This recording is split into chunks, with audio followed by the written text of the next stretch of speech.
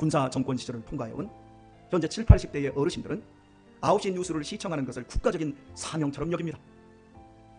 앵커가 보도하는 온갖 뉴스의 내용을 대부분 그대로 믿고 받아들입니다.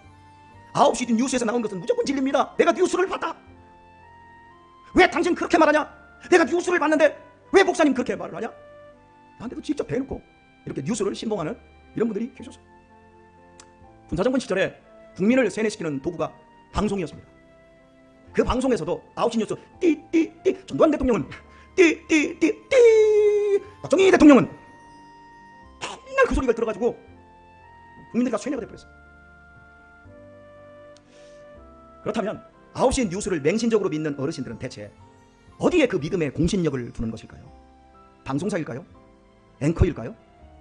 중요한 점은 분명히 믿고는 있는데 어디에 공신력을 두고 있는지를 자기들이 몰라요. 내가 왜 공신력을 두고 있는지를 몰라요. 그리고요, 더 중요한 점은 믿는데, 그 모든 뉴스를 믿는데 삶과 인격이 바뀌는 사람은 전 국민 중에 단 한 사람도 없더라는 거예요. 무조건 찬동하든지 무조건 반대하는 쇠뇌만 당할 뿐 전혀 훌륭한 사람으로 변화된 대한민국의 국민이 한 사람도 없습니다. 텔레비전이 그렇게 무서운 거예요. 그래서 텔레비전 보지 말라는 거예요. 왜 그럴까요? 왜 훌륭한 사람으로 변화되지 않을까요? 뉴스는 틀림없이 믿을만 하다는 자기 확신만 있지, 근거도 없이 그냥 믿는 확신만 있지 자기 자신을 맡겨본 적이 없기 때문입니다. 하순봉 아나운서, 이등열 아나운서가 제일 오래 했더라고요. 13년을 했더라고요. 신은경, 백지연, 엄기영, 손석희, 정동영, 김주아 씨 등 기라성 같은 앵커들이 매일 밤 생생한 뉴스를 전해주었지만 앵커에게 자신의 삶을 맡긴 사람들은 단 한 명도 없었습니다. 그냥 듣고만 것입니다. 우리가 예수님과 그 말씀을 믿는다고 하면서도 우리의 인격이 변화되지 않고 있다면 무엇 때문이겠습니까? 주님의 말씀을 믿는다면서도 전혀 우리의 삶을, 우리의 생명을 맡기지 못한 결과 아니겠습니까? 결국 주님과 나와의 관계가 텔레비전 앵커와 시청자와의 관계와 다를 바가 없기 때문인 것입니다. 안타까운 사실은 오늘날 많은 성도들이 목사의 설교를 앵커의 뉴스와 동일하게 듣고 있다는 사실입니다. 지식과 정보로 끝내버립니다. 믿음은 자기 최면 아닙니다. 믿음은 허망한 자기 확신이 아닙니다. 믿음은 자기 망상이 아닙니다. 믿음은 나의 죄를 대속하기 위해 죽으시고 나에게 영원한 생명을 주시고자 부활하신 주님을 믿고 그 주님께 내 생명과 내 삶 전체를 의지하고 그분의 말씀에 죽어도 순종하는 것입니다. 이러하려면 믿음의 중요한 전제 조건이 따라옵니다. 믿음의 대상인 인격을 신뢰하지 않고는 절대 믿음이 성립되지 않습니다. 하나님을 알아야만, 예수님을 알아야만, 예수님의 인격을 믿을만 하야만 믿음이 생기는 것이지. 믿어. 그건 믿음이 아니에요. 자기 확신이고 자기 망상이지. 그러니까 제가 여러분에게 군사학교를 하라는 거예요. 배우라는 거예요. 9시 유명 뉴스 앵커가 8년 전에 술에 취해서 지하철역에서 핸드폰으로 여자들의 치마 속을 촬영하다 적발되었습니다. 본치성을 가진 앵커였습니다. 한참 막 뜨려고 하는데 3년 동안 북박이 앵커로 딱 자리를 잡았는데 이제 10년 이상은 롱런할 수 있는데 이 사람이 술만 먹으면 여자들 치마 속을 지하철에서 찍고 다니는 거예요.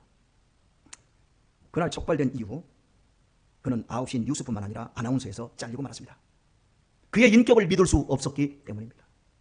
우리가 주님을 우리의 구주로 믿을 수 있는 이유가 무엇입니까? 그분은 당신의 십자가의 죽음과 부활로 우리를 구원하신다라고 약속하셨습니다. 그리고 말씀하신 대로 십자가의 죽음과 부활을 통해 말씀하신 대로 성령을 우리에게 보내주셨기 때문입니다. 모두 나를 사랑해서 보내신 일입니다. 그러므로 우리가 믿는다는 것은 엄밀히 말하면 주님의 인격을 믿는 겁니다. 주님의 인격을 믿기 때문에 그분의 말씀도 믿을 수가 있고 그분에 의해 주도되는 나의 모든 상황에도 순복할 수도 있는 겁니다. 그러므로 바른 믿음이란 주님에게 나의 인격을 의탁하는 것입니다.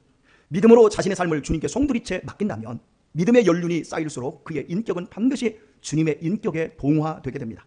주님이 자기 안에 계심을 느끼는 사람은 선택의 기로 때마다 예수님의 마음으로 하기 때문에 반드시 주님을 닮게 되어 있습니다. 이처럼 한 인간의 인격이 주님의 인격에 동화되는 믿음, 이것이 바른 믿음입니다. 바꾸어 말하면 교회 생활을 아무리 오래 했을지라도 주님의 인격에 자신의 인격이 동화되지 않고 있다면 그 믿음은 결코 바른 믿음일 수가 없습니다. 어린 시절의 상처가 옛사람의 좋지 않은 기질이 내 신앙생활의 현재를 좌지우지하고 있다며 감사와 기쁨과 헌신을 잃게 하고 있다면 제 아무리 믿음이 좋아 보이고 옳게 보인다 할지라도 그 믿음은 자기 최면일 뿐 성령님이 그 안에 계시는 사람이라고 진단할 수가 없습니다. 주님은 우리를 위해 죽음과 부활로 영광을 받으셨고 그 결과로 우리 각자에게 성령님을 보내주셨습니다.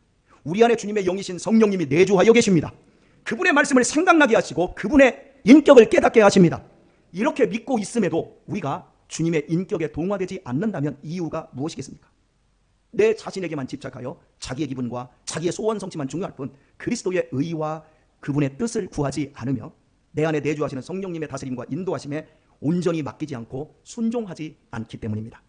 우리가 어떤 속상한 일을 당하든지 그것을 진리 안에서 더 성숙한 삶을 위한 발판으로 승화시키지 않는 한, 이를테면 나의 변화 없이 주님을 변화시켜 나의 목적만을 이루려고 주님을 따라가는 한, 우리는 실은 무당을 찾아 굿판을 벌이는 자와 진배 없음을 잊지 말아야 합니다. 이런 사람의 마음속에는 생수의 기쁨은커녕 도리어 더욱 갈증에 시달릴 뿐입니다. 이런 식으로 갈등하며 자기의 문제를 보지 못한 채 방황하는 교인들이 결국에는 철새처럼 떠돌면서 심은 대로 30배, 60배, 100배의 영광스러운 복음의 열매를 맺지 못하고 인생을 세상 사람들처럼 망치는 경우가 너무도 많습니다.